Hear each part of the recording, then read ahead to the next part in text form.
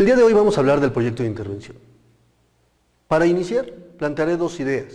La primera de ellas de Boaventura de Sousa Santos, que nos dice: una pragmática epistemológica está sobre todo justificada porque las experiencias vitales de los oprimidos son primariamente hechas e inteligibles por ellos como una epistemología de las consecuencias. En su mundo vital, las consecuencias son primero y las causas después. La segunda cita tiene que ver con Albert Einstein, que nos decía: donde hay un deseo, hay un camino. Nos dice Elías Añudo que un programa o un proyecto de intervención es el que cuestiona y posteriormente resuelve una situación, identificando en ella un conflicto o tensión entre dos o más de sus constitutivos, como sería una contradicción entre el decir y el hacer docente, una tensión entre la apropiación del alumno y el propósito del profesor, una posible relación entre una serie de acciones y una comprensión conceptual, un conflicto entre el hacer administrativo de un director y su tarea como educador. Por su parte, Gabriela Torres nos plantea que un proyecto de intervención es un plan, acción o propuesta creativa y sistemática ideada a partir de una necesidad, a fin de satisfacer dicha carencia, problemática o falta de funcionalidad, para obtener mejores resultados en determinada actividad. Si bien en ambas definiciones se habla de cosas un tanto distintas, encontramos como factor común la acción de un sujeto que, identificando en su realidad situaciones que demandan su atención, planea, diseña y pone en marcha actividades específicas para su resolución. En este sentido, una intervención es una participación del sujeto en un asunto o situación, un sujeto que reconoce su realidad y sabe que ésta le exige una respuesta profesional ante cierta problemática. Intervenir entonces es ponerse al centro de la situación, asumir el compromiso de enfrentar con las mejores herramientas posibles aquello que interfiere o impide las situaciones pertinentes para los alumnos y los procesos de enseñanza y aprendizaje. Bajo lo anterior, el proyecto de intervención tiene ciertas características que lo diferencian de un proyecto de investigación. Su ámbito de vida es mejorar aquellas situaciones que están interviniendo o interfiriendo en el proceso educativo. Y para ello tiene algunas características. Les desgloso solamente algunas. Primero, tiene en su praxis el rasgo distintivo. El proyecto de intervención es un hacer, sí, pero un hacer pensado. Un hacer en el que la teoría se vitaliza, en el que la teoría se objetiva en prácticas concretas que nos ayudan a mirar la realidad con otros ojos y a resolver aquello que se está presentando como problemático. Aquí precisamente es la acción del sujeto lo que la vitaliza. Si la acción del sujeto se queda en mera teorización, lo que queremos insistir es que el proyecto de intervención no es un documento que se llena para entregar. El documento es lo de menos. El proyecto de intervención es una manera de pensar mi realidad, una manera de intervenir en ella. Es la manera en que yo me asumo como sujeto comprometido para poder intervenir en todas aquellas cuestiones que me están generando un problema al interior de la escuela. La siguiente característica es que es específico. Un proyecto de intervención no nos va a ayudar a resolver todo. Tiene que ser muy acotado. Nos tiene que decir: el problema es este y por lo tanto mi actuar debe de ser de esta manera.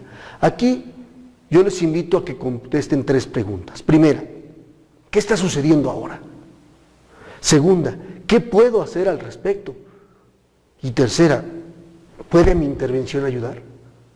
En caso de que ustedes no encontraran respuesta a alguna de estas preguntas, quiere decir que a lo mejor el proyecto de intervención no es la mejor manera de abordar lo que está sucediendo. ¿Por qué? Porque si no puedo decir qué está sucediendo, ¿cómo voy a saber qué puedo hacer para cambiarlo? Si no puedo saber si mi intervención va a modificar o no lo que sucede, ¿para qué entonces quiero mi intervención? La siguiente característica del proyecto de intervención es que es transitorio. En términos coloquiales diríamos que un proyecto de intervención tiene fecha de caducidad. Debe de tener un inicio y debe de tener un fin. No se puede quedar de manera indefinida trabajándose un proyecto de intervención. Dejaría de ser un proyecto de intervención. ¿Por qué? Porque el proyecto de intervención está sustentado precisamente en esto, en resolver la problemática que se está presentando.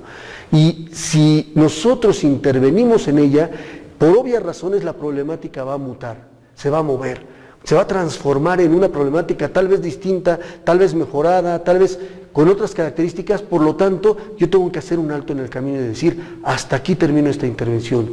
¿Puedo seguir utilizando el proyecto de intervención? Por supuesto que sí, porque es una estrategia que me va a permitir incidir en mi realidad, pero debo de tomar siempre en cuenta que esta realidad es dinámica, no se quede estancada. Entonces tampoco puedo permitir que el proyecto de intervención sea eterno. La siguiente característica: el proyecto de intervención es flexible, me permite tomar decisiones en cada una de sus partes, me permite saber si realmente estoy actuando y haciendo algo para resolver el problema o no. Y entonces tengo que ser muy consecuente con lo que voy a dar de seguimiento. Me tengo que revisar constantemente cómo voy, cómo estaba, hacia dónde quiero llegar. Y esta flexibilidad es más también una manera de pensar que otra cosa.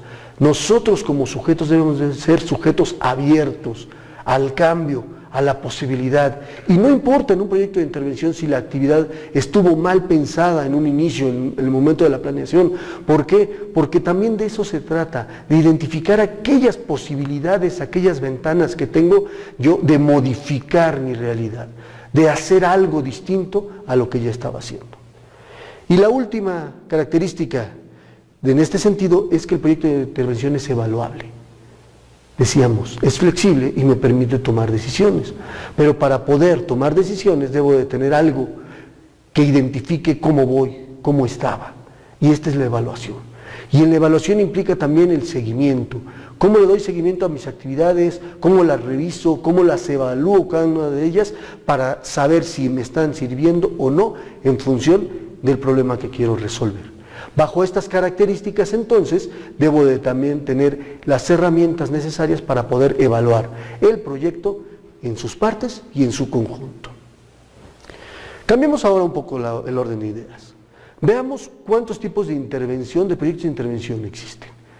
Me voy a asumir a la propuesta de Barraza, que nos dice que hay dos maneras o dos clasificaciones para los proyectos de intervención.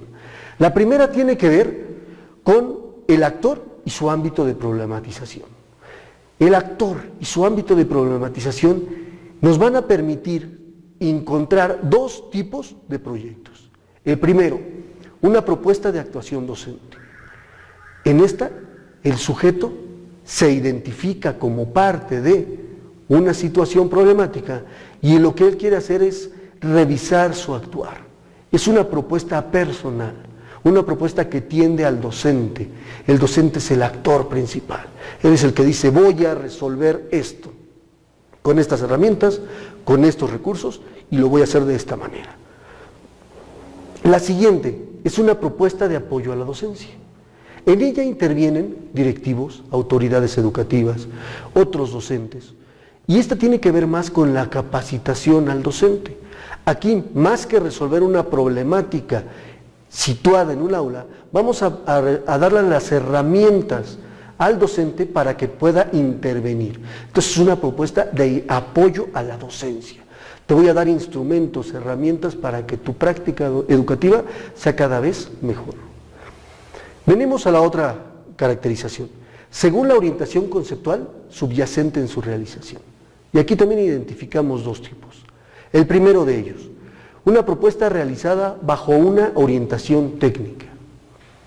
Son estas propuestas que no parten de un problema educativo como tal, sino que tienden a resolver situaciones focalizadas tal vez en nuestros alumnos, pero que los realiza un agente externo a la misma escuela. Les doy un ejemplo. En nuestras escuelas tenemos una alta prevalencia de sobrepeso y obesidad y por lo tanto el sector salud determina que tiene que implementar acciones de prevención y que ayuden a paliar este problema que tienen ellos, porque al final la obesidad y el sobrepeso son más un problema de salud que un problema educativo. No dejan de ser un problema educativo, por supuesto que no, pero tienden más a estar hacia el otro lado. Entonces ellos intervienen en nuestras escuelas, entran, pero son ajenos a la situación que se está presentando en la institución y solamente llegan para realizar una serie de actividades específicas sobre lo que quieren resolver, que es sobrepeso y obesidad. A ellos no les interesa lo demás, no lo ligan con planes, con el plan de estudios, no lo ligan con los programas específicos de los grados, simple y sencillamente realizan actividades sobre la problemática detectada. Esto es una propuesta realizada bajo una orientación técnica. Tenemos la propuesta realizada bajo una orientación crítico-progresista. En ella, el sujeto, aparte de tener una orientación técnica, también tiene un compromiso para con los sujetos que está formando. Y nuevamente aparece la figura central del docente. Es el docente el que bajo esta orientación crítico-progresiva decide hacer algo distinto a lo que ya hacía para que su práctica educativa dé resultados distintos. ¿Por qué? Porque detectó una necesidad, detectó una problemática específica que sabe que no va a poder resolver si sigue haciendo lo mismo. Es entonces cuando genera un proyecto de intervención bajo esta característica de orientación crítico-progresiva. Es importante aquí que nosotros precisemos desde un inicio cuál sería nuestro tipo de intervención a realizar. No se pueden mezclar, no se puede estar uniendo los tipos de intervención o tomando decisiones ya sobre la marcha. Es importante que nosotros definamos desde un inicio cuál es mi proyecto de intervención, cuál es mi orientación que quiero tomar y a partir de ello tomemos en cuenta los siguientes pasos para que nuestro proyecto de intervención tenga realmente una consecución efectiva y eficaz, que es a final de cuentas lo que estamos buscando. Revisemos ahora los momentos o las fases que comprenden el proyecto de intervención. Y aquí es importante no confundir fases y momentos con los apartados que lleva el documento. A esa parte vamos a llegar al final. Estas son 4 fases que casi todos los estudiosos del proyecto de intervención nos han marcado. La primera de ellas, el diagnóstico. ¿Qué es el diagnóstico? El diagnóstico es una aseveración de alta repercusión emitida tras el análisis de los datos recabados del contexto sobre un asunto delimitado y concreto. La palabra deriva del prefijo dig, que significa a través de, y de la palabra gnosis, que significa conocimiento. Es conocer a través de, poner luz en, focalizar realmente lo que quiero atender. Un diagnóstico pertinente es aquel que me permite identificar a través de ciertas pruebas, de ciertos análisis, de ciertos documentos, de ciertas huellas, cómo está mi situación. Para el caso del proyecto de intervención resulta sustancial entenderlo como un juicio sintético, producto de diversos estudios avalados documentalmente, por medio del cual se reconocen los síntomas de una problemática, diferenciándola de cualquier otra. Importante, no confundir síntomas con el diagnóstico y también no confundir o no enredar las múltiples problemáticas que se pudieran presentar en un aula. Sabemos que hay muchas, sí, pero en un buen diagnóstico están jerarquizadas, nos ayuda a ponerlas más urgentes al principio y también están diferenciadas. Esta es una problemática, esta es otra y esta es otra, para no hacer una mezcolanza de acciones que al final no nos representen realmente resultados efectivos. Un buen diagnóstico nos permite, entre otras cosas, desmontar las acciones realizadas hasta el momento. Nadie parte de cero. Todos tenemos una historia y en esta conciencia histórica que debemos de rescatar, somos nosotros responsables también de revisar todo lo que se ha hecho para la problemática específica. ¿Qué se ha hecho? ¿Cómo lo hemos hecho? ¿Quién lo ha hecho? ¿Con qué recursos? ¿Bajo qué perspectivas? Y esto nos va a ayudar a desmontar todas estas acciones para saber cómo podemos mejorar el proyecto de intervención. También nos ayuda a recuperar la información más relevante sobre la situación problemática. ¿Cómo está mi problema? ¿De qué manera lo nutro? ¿De qué manera lo documento? ¿Cómo puedo yo demostrar que el problema es un problema? Pues con documentos, con evidencias que me permitan realmente enseñar, mostrar que aquello que dije que está pasando realmente está pasando. Otra cosa que nos ayuda a un buen diagnóstico es alinear las tendencias educativas del contexto estatal y del contexto nacional. ¿Para qué alinearlas?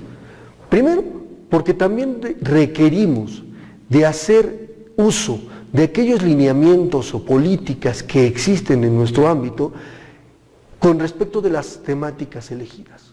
Ya hay un programa nacional de convivencia escolar, ya hay un programa estatal de convivencia escolar, por lo tanto yo los tengo que revisar para alinear mis acciones con ellos, pero también para utilizar las acciones que ellos proponen a fin de lograr realmente resultados en mi proyecto de intervención.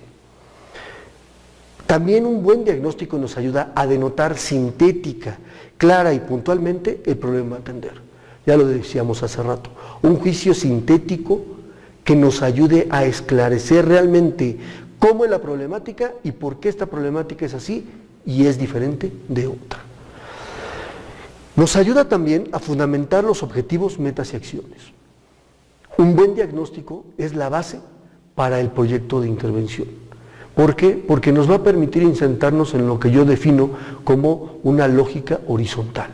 ¿Qué es la lógica horizontal? De mi diagnóstico se nutren mis objetivos, es decir, están implícitos mis objetivos en este diagnóstico. Mis objetivos dan pie a mis líneas de acción. Mis líneas de acción se vuelven en los criterios de selección para cada una de mis actividades.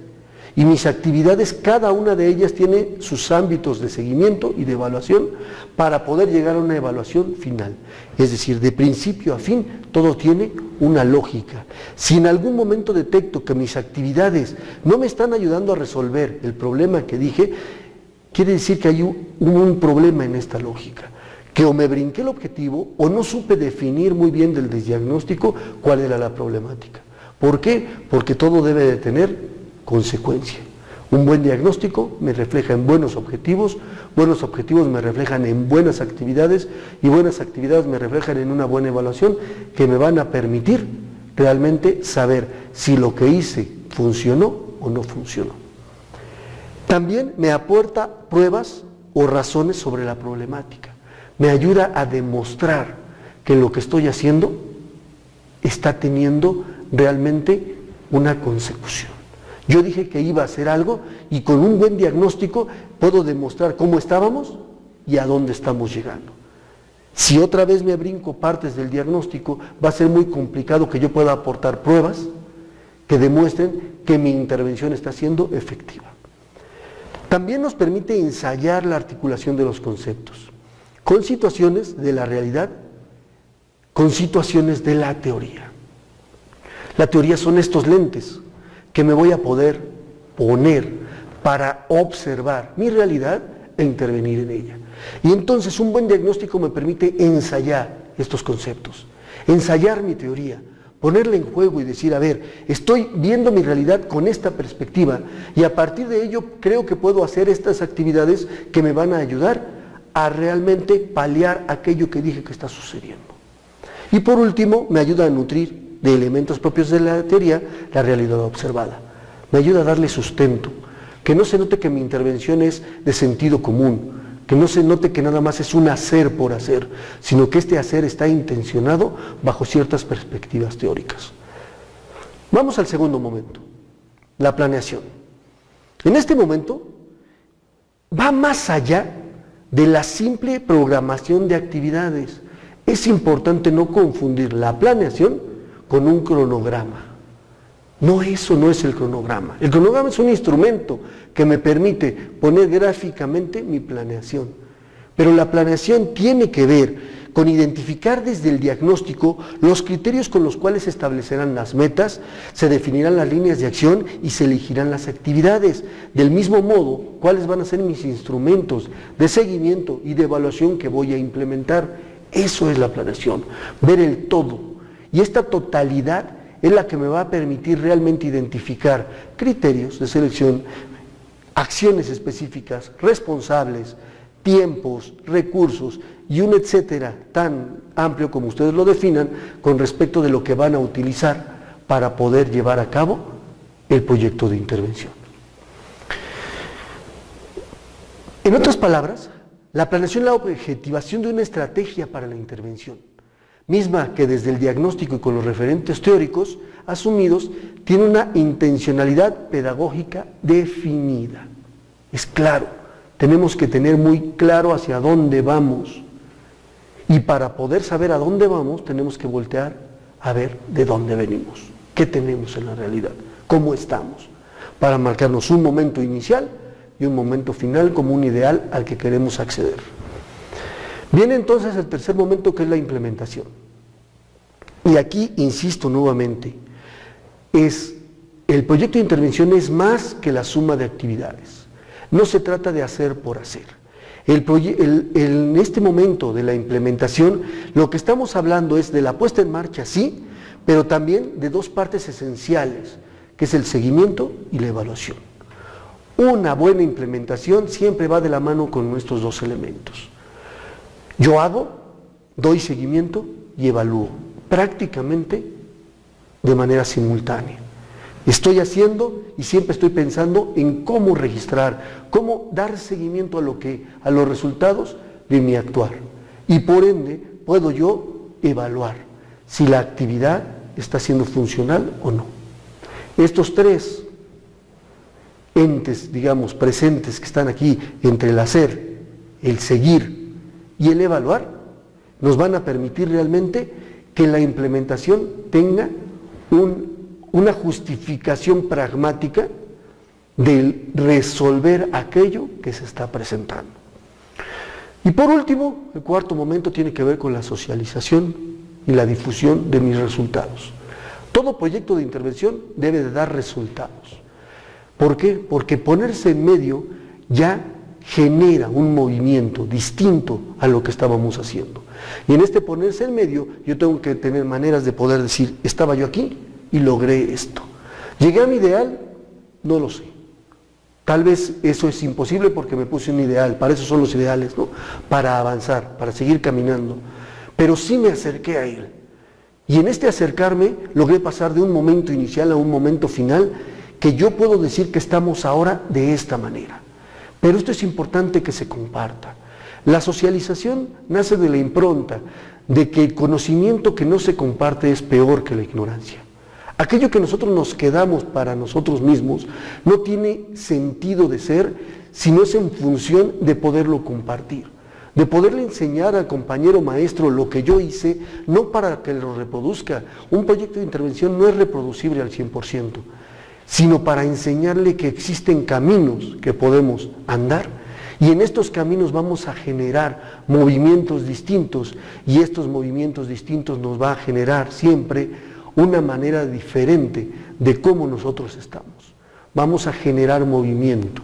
El proyecto de intervención es dinámica pura, en donde nosotros sujetos somos los responsables de mover, de hacer, pero un hacer pensado, un hacer direccionado.